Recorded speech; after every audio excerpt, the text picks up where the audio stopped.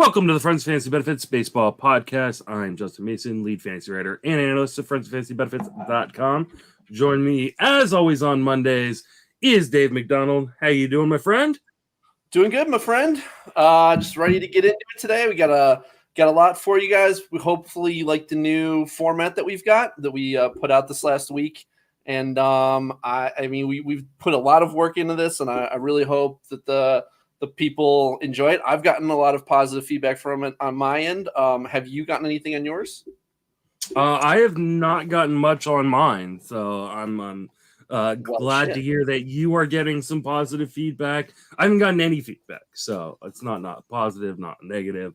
But we're gonna keep rolling with it, and hopefully people let us know what they think, and if we can add anything, if we should subtract anything, if we should change anything. So.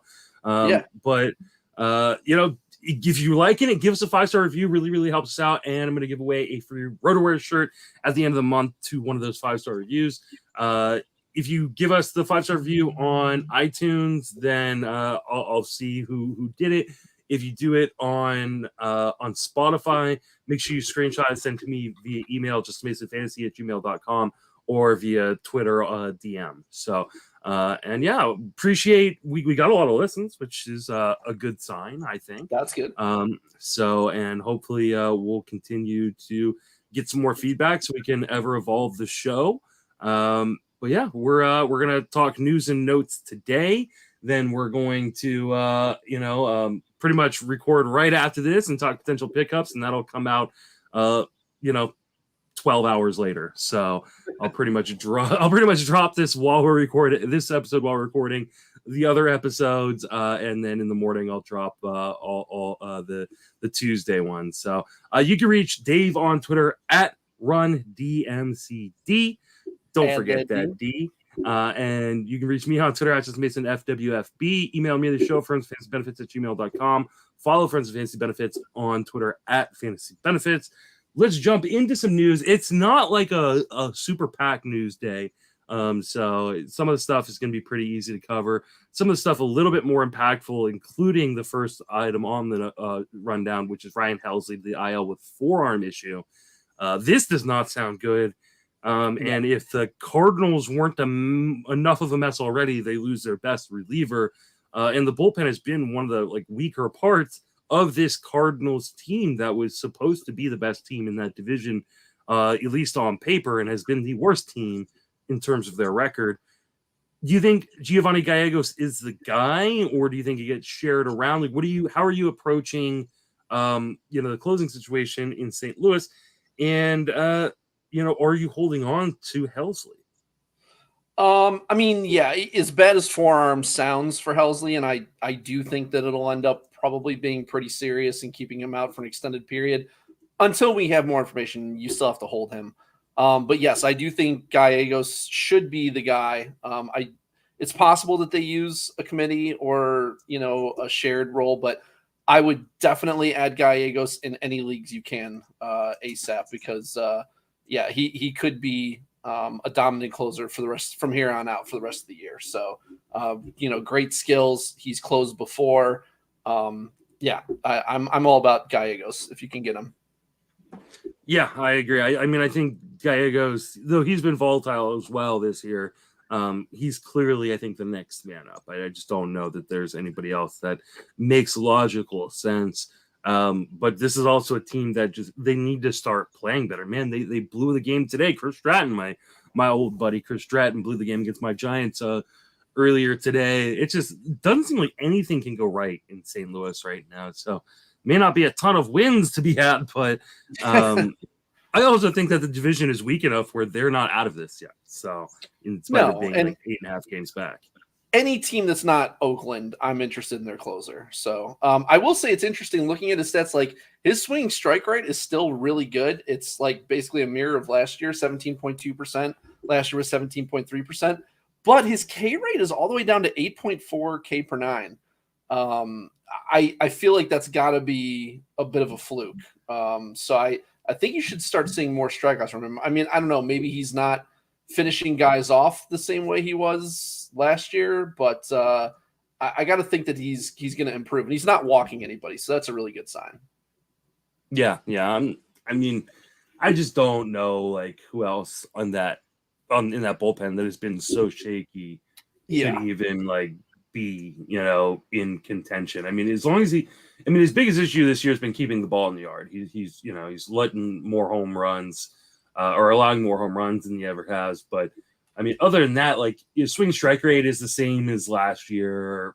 He's making a little bit more zone contact, getting a little bit fewer swings outside the zone, but like nothing to like be extremely alarmed about. So I guess is the dude. Speaking of closers going down with elbow, Tommy John related issues, Liam Hendriks is the IL. This is like the biggest bummer of a story. Hendriks comes back from cancer, and within a couple weeks, he is already on the shelf with what they're saying looks like Tommy John-esque symptoms in his elbow. Now, they're not yet saying he's getting Tommy John, but it sounds like this is definitely Tommy John. I think, again, you're holding on to him probably until we get a little bit more confirmation. But what are you doing in this White Sox pen? Do you think it's Kendall Graveman, Reynaldo Lopez, Joe Kelly? But this is another situation, another team that's just been an absolute mess of a team. Yeah, they have been. It really, like from a human perspective, it really sucks because, this guy had to go through cancer, comes back. Now it's looking like Tommy John, definitely a serious injury. I think if you have to make a quick decision on him, I'm okay dropping him. I don't see any. So I'll be honest with you. I was out on him 100% of the time already. I couldn't imagine him coming back from cancer and to be like his normal dominant self. The people dropping hundreds of dollars on him, I was just like, holy crap, what are you doing? I get the people want him to be the dominant Liam Hendriks of old, but you got to give the guy time. Like he's coming off of cancer, and I hope he didn't rush back. I hope that didn't have anything to do with the injury. Like I said, it really sucks from a human perspective, but yeah, from a fantasy perspective, I think you can probably move on. But if you can wait for more information, I think that's fine too. I do think it'll be Kendall Graveman. I think he's the only guy in that bullpen who's been pitching decently well. I know he had a blow up recently, but overall he's still looking really good. He's got a 2.86 ERA with a 0.95 WHIP. Now, granted, his Sierra is 4.2, so he's not, he's definitely getting a little lucky, but he's not walking a ton of guys, and while he's not getting a ton of strikeouts, he's doing well enough, and I think he's just the best guy there, and I think he's their most trusted reliever. So if he's available, I would still get him. Yeah, I mean, I was, I bid a fair amount on Liam Hendriks. I did not have the same kind of aversion to him that you did. I really felt like this was an opportunity to potentially get a guy who, I didn't think he was going to be necessarily, but I think he could have been a top 10 closer rest away, and that's just really, really hard to find off of the wire and know that he had the path to that role. So this is just a huge bummer. We got NHP Nob in the comments saying that they mentioned like a year ago he had a partial tear that he was pitching through for years with stuff coming back down for cancer. I bet he was probably pushing too hard, and that's what popped. And that, that probably is. I mean, I think so too. That's what I was afraid that they were doing with him. It just felt like way too soon. Like when I heard he was coming back in like potentially in June, I was like, are you serious? Like I was thinking. After the All-Star break, maybe. Like, it was just too fast. I mean, he had to build up, and I feel like they just rushed it. Yeah, I was super surprised as well that they brought him back so quickly. I remember, talking about, I think on this pod and on the Sleeper in the Bus, like, people who were drafting him, people who were picking him up after, a few weeks, and especially people rushing to the wire to pick him up, once the reports started coming in that he was, in remission and cancer free, and I was like, I can't imagine he's back before the All-Star break. And yeah, I was wrong, but apparently I was probably actually wrong for the right reason. So it's a bummer. Like I said, from a human perspective, we want to see guys like this succeed. Yeah, for sure. Moving right along, Brandon Belt has a hamstring injury. Which is like the perfect summation of our argument last week. He hit a home run, and then promptly hurt himself, proving that we can both be right at the exact same time. Well, you were like talking about him being like one of the hottest hitters in baseball. I'm looking at him like over the last like 2-3 weeks. I'm like, the fuck are you talking about? Like, there's nothing here that says he's hot. Like, it was a fine week to play him if you needed someone, but it wasn't like oh my god, Brandon Belt is on fire. Like, I don't know, it was just crazy. But yeah. So then when he hit that homer earlier in the week, you tweeted at me to suck it. And then he had the hamstring injury. And I was like, all right, you can suck it right back, bitch. Yeah, I already dropped it. I mean, at least the hamstring injury happened like right. I think it was on Saturday or Sunday. And so like it was before Fab, right? So like you can at least just easily cut and move on, which is what you should do if you haven't already. A guy that's a little bit more difficult to cut and move on is Vinnie Pasquantino. He's gone on the IL with a shoulder issue. This doesn't sound good. He's kind of struggled to tap into power all year long, and so you kind of wonder how long he's been dealing with this. Are you holding on to Vinnie P, who I traded like literally days before this issue came about? Oh, wow. Well, that was luckily, I didn't think there was anything necessarily wrong with him. I just needed pitching. I got an offer for Pablo Lopez, and took it because I just needed to bolster my pitching in that league, and it just has worked out. But like, are you holding on to Vinnie P? Are you dropping him? Are you just kind of wait and seeing? Like, where are you at with this kind of injury? Yeah, so I don't have Vinnie P. I wanted Vinnie P, and I got him nowhere. Like every single time I was looking at a first baseman, he went, like right before me. I had a lot of FOMO, but I guess not so much now. Although the alternative, the guy who I got a lot in place of him was Jose Abreu, so that might be addition by subtraction. Well, he's at least getting hot right now. Yeah. I know. Yeah, of course he did it off of Tristan McKenzie and Logan Allen, both pitchers who I own, and both Guardians players. Like God damn it, Jose, do it against someone else. But yeah, so Vinnie P, I don't own him anywhere, so I'm not completely up to date on this. I just saw it earlier, and I saw his right shoulder instability. That does not sound great. I can't say I've ever seen that before. In all of my years of tracking injuries, I've never seen instability before. I don't know what that means, but anytime instability would be, I mean, my understanding of it would be kind of a precursor to a dislocation. So maybe it was moving around a little bit too much. He's having some tenderness. But I mean, this is the injury that Fernando Tatis had, right? Like that.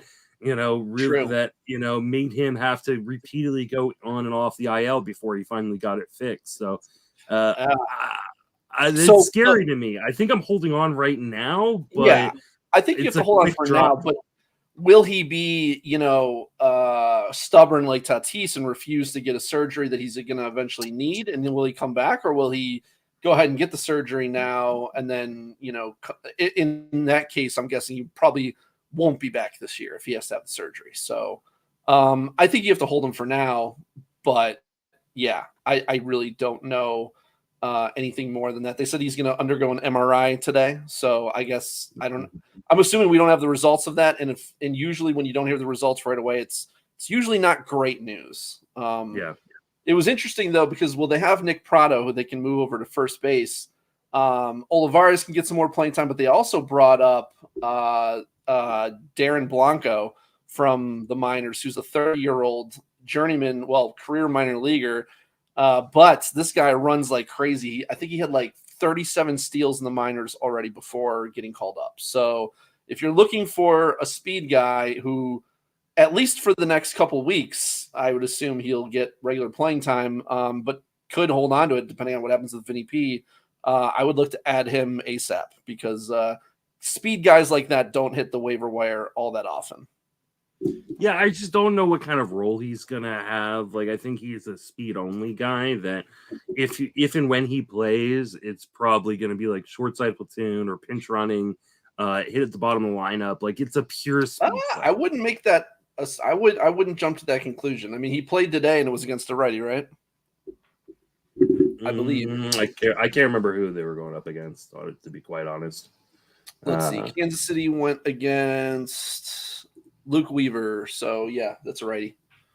So yeah, but that's not really not a good pitcher either. So, like, no, but I mean, I'm just saying let's not just assume he's a speed only guy. Like, I mean, yes, he's a speed only guy, but let's not assume that he's not going to play enough to be useful. I'm just saying if you need speed, you don't want to rely on a guy like this, but sometimes shit happens and your guys get hurt or guys don't run. I mean, you know, guys, people who drafted Bo Bichette, you're probably counting on him running. He's really not. So, you know, in situations like that, you might need to add a guy like this, at least temporarily, until you can get some speed elsewhere from guys who can do more than just run. That's fair. All right, then next guy on the docket, if I can find where I put my rundown. There we go. Jake Fraley to the IL with a wrist injury. TJ Friedel comes up and replaces him, being activated off the IL for himself.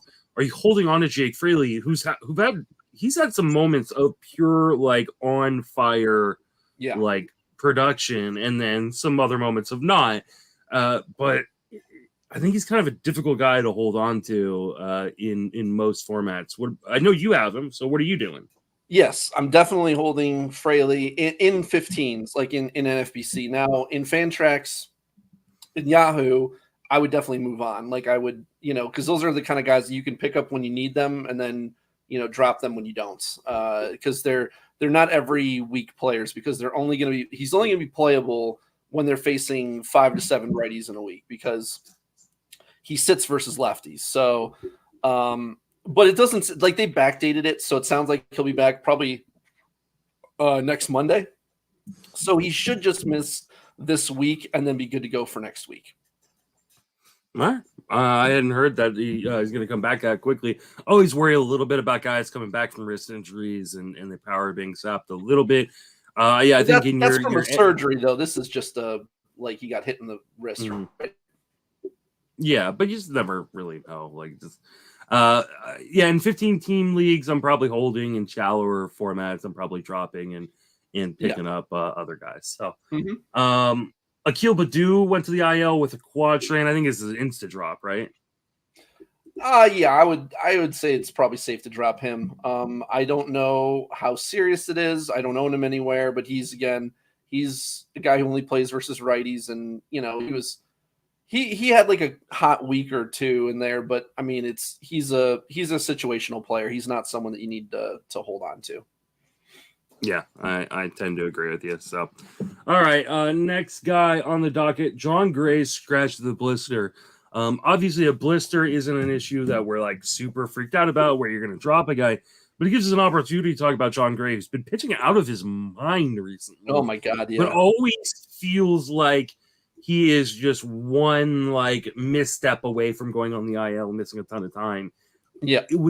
If you're in a trading league, obviously, if you play in NFBC, you can't trade, but if you're in a trading league, should you be looking to trade Jon Gray right now? Yeah, and nothing to do with the blister, but I would definitely be looking to sell high. I mean, granted, it looks like he's doing some things to make himself a better pitcher this year. The velo's up. He changed the sweeper, I believe. I do like him a lot, and I do have a couple shares of him. I would still, like, if you can get like a legit an ace that. If you can get someone that you feel really good about, who you probably shouldn't be able to get for him, I would do it. And I would, you know, I'm not saying sell low. I'm saying sell high. Like, if you can get something really good for him, or even like a hitting equivalent of him, whatever that may be, you know, if you can get a legit good hitter for him, I would do that. Because like you said, this guy every year has injury issues, but not really concerned about the blister. And it was kind of like, because this is supposed to be a 2-start week for him, it was a challenge trying to figure out, do I want to still play him this week? Because even if they just skip this start, he could still return on Sunday, but that start is versus Toronto. And so, like, I don't like guys coming off of a lot of time off, especially not versus an elite offense like that. So ultimately I decided to bench him. But it was a tough decision, because it wasn't like cut and dry, like, okay, he's definitely not pitching this week. Cause I don't know. He could be back Sunday. He could be back Monday, or anywhere in between, honestly. Yeah. I completely agree. He's actually a guy that I'll be writing up a little bit later tonight for my buy low, sell high article, and he'll obviously be in the sell high article. He's been so lucky and so fortunate so far that I just think he's a guy that you want to sell high on if you can. Some places you're not going to be able to. Like, people are going to be like, oh, of course I'm not going to, pay up for a guy like Jon Gray. But I think in Yahoo, ESPN, leagues like that, you might be able to get away with it. So, friend of the show, Trevor Rogers, who we have both loved so much.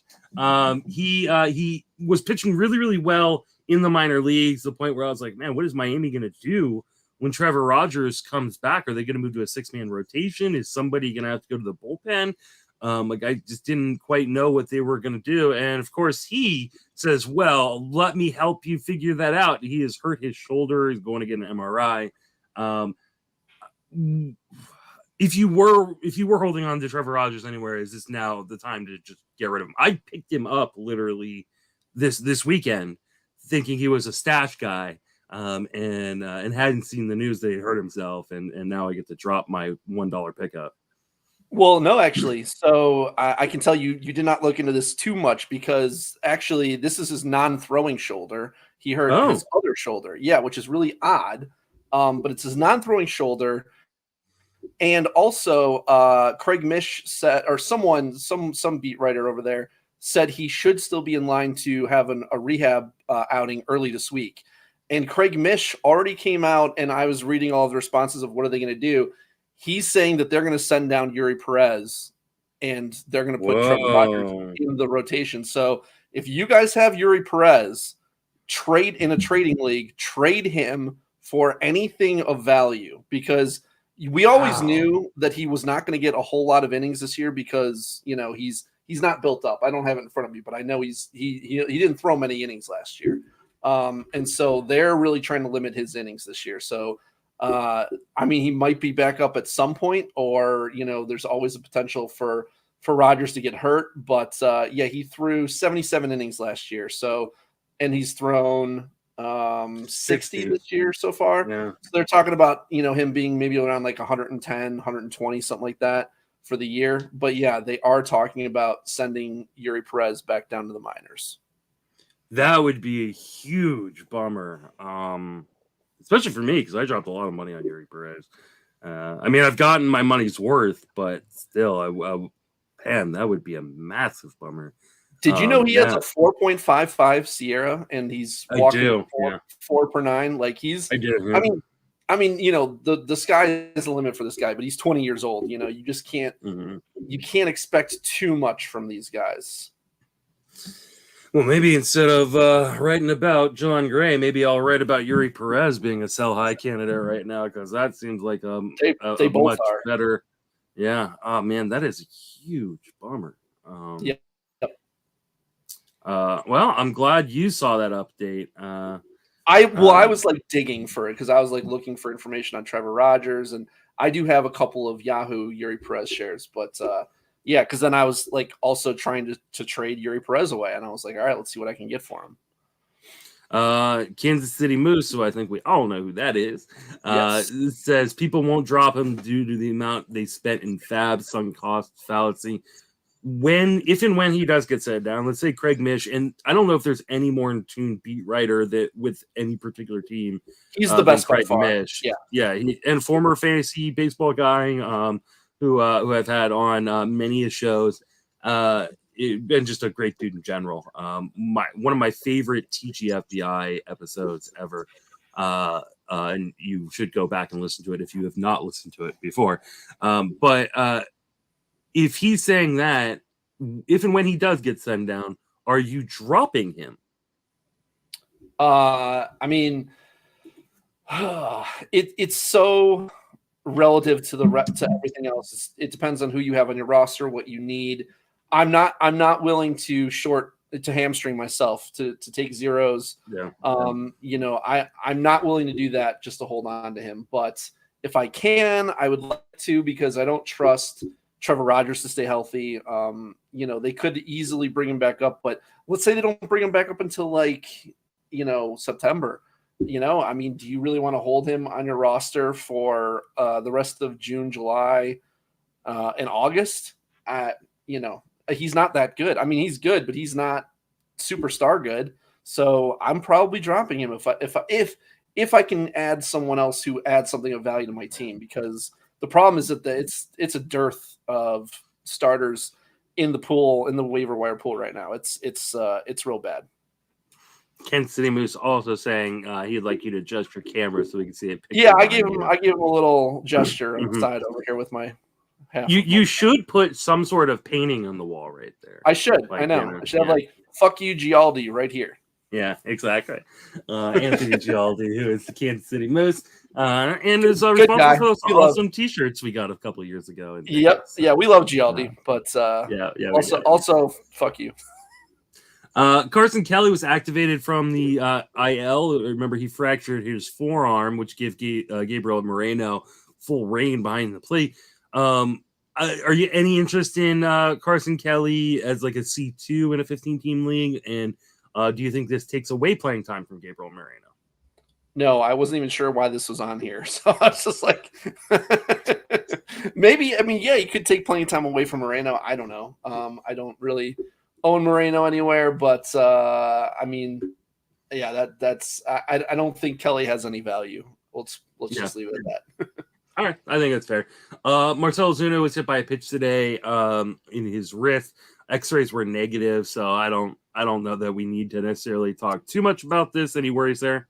No, probably. I mean, we'll see, but it didn't sound serious. Sounds like he'll probably just miss tomorrow and then be back probably, Wednesday. Yeah. And then last but not least for the news items, Jacob deGrom, we talked about him last week because as of our recording last week, he had been put on the 60-day IL. He'd just been transferred, right? And it was supposedly just this, procedural move to open up another roster spot. And I think it was literally the next day the report comes out he's getting Tommy John. He's done. Which is, I mean, a huge bummer. I know there were people out there taking victory laps and dancing on his grave. Nobody here, though. I didn't. I don't know. Were there? I didn't see anybody. I saw a lot of people, posting videos of him crying and all this stuff. But I mean, here's the thing. I feel like, am I the only one who can separate, like being a human being from fantasy baseball, which is just a game? Like you want to be right? Like it doesn't matter.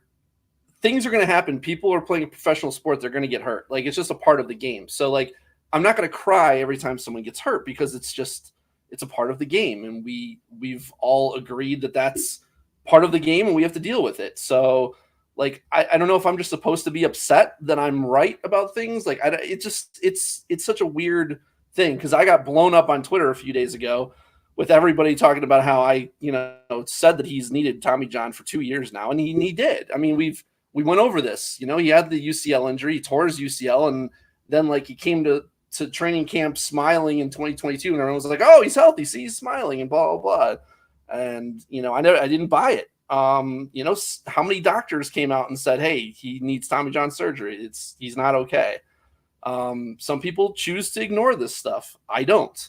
I remain unbiased and just analyze the information in front of me. And I say, okay, here's the information. I mean, what am I going to do? Just say, well, but he's Jacob deGrom, so I'm just going to draft him anyways. No. So, yeah, he was a massive fade for me and my group for, the last 2 years. And, I mean, he pitched a little bit in between. He somehow hoodwinked the Rangers into giving him a contract. Good for him. I know a lot of people are upset because he's the best pitcher in baseball, and I get that. But for me, I just look at this from a fantasy perspective. He was a fade. And that's it. He was a fade. He was a fade for me as well. The only place I drafted him was a cut line best ball league where like I got the good work and I got to then drop him, once he was done for the season and didn't have to worry about taking zeros. Stats. You can't lose the stats, so it's good. Yeah. But let's kind of look into the future. We'll flash forward a little bit, right? Because he's going to miss the rest of the season. He's going to miss probably the majority, if not all, of 2024.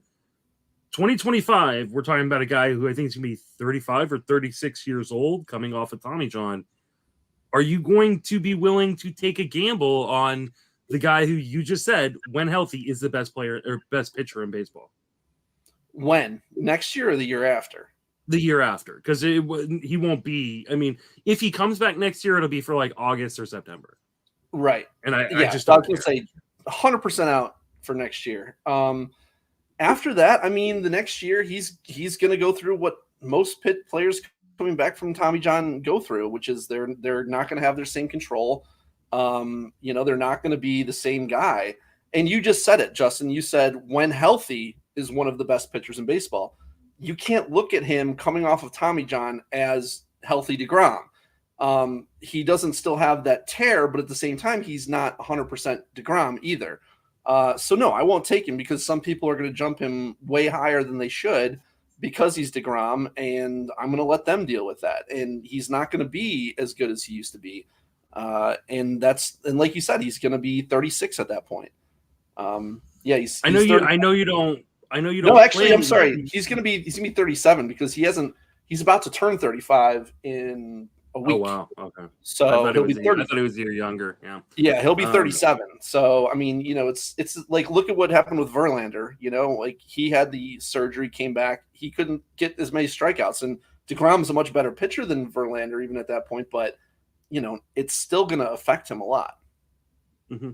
All right. I think I'm with you. I mean, obviously we got a year and a half at least to kind of figure it out and see where we're at, and we'll learn more in the meantime. But that will do it for this episode.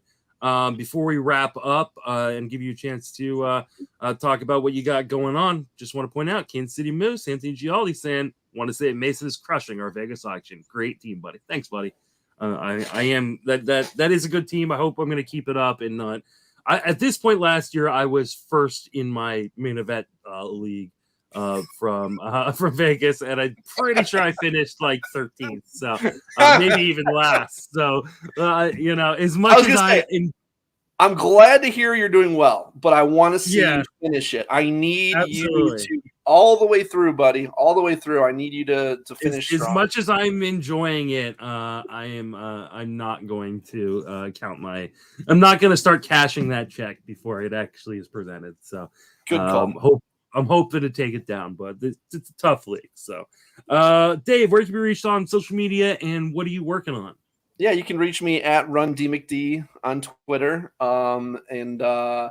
I have the pitching schedules for the current week and the following week up on rotosource.com. And then it's like I've been telling Jake for the last month, put up the hitting schedules because we have a spreadsheet where like all he has to do is transfer it onto the site. So I'm waiting for him to do that. And you guys can use that. I keep it updated throughout the week. And then our next segment that we'll have here with the schedules for the upcoming schedules for the next 2 weeks and who you guys should be, which teams and which players you should be looking to target for both this week and next week. So trying to help you guys out with that stuff. Yeah, and we're gonna be talking about all of that here on the Tuesday episode. So for those of you watching live here at 8:30 at night on the West Coast, 11:30 on the East Coast, we're gonna end this episode and start a new one, and I'll tweet out the link for that. The other episodes won't be available live, but you can catch them on the YouTube later. You can reach me on Twitter at Justin Mason FWFB. Email me the show, friendsoffantasybenefits@gmail.com. I write daily at Fangraphs and 3 times a week at Fantasy Pros. And I'm on this podcast and the Sleeper and the Bus podcast. That will wrap us up for this episode. For Dave and myself, thank you for listening. Have fantastic baseball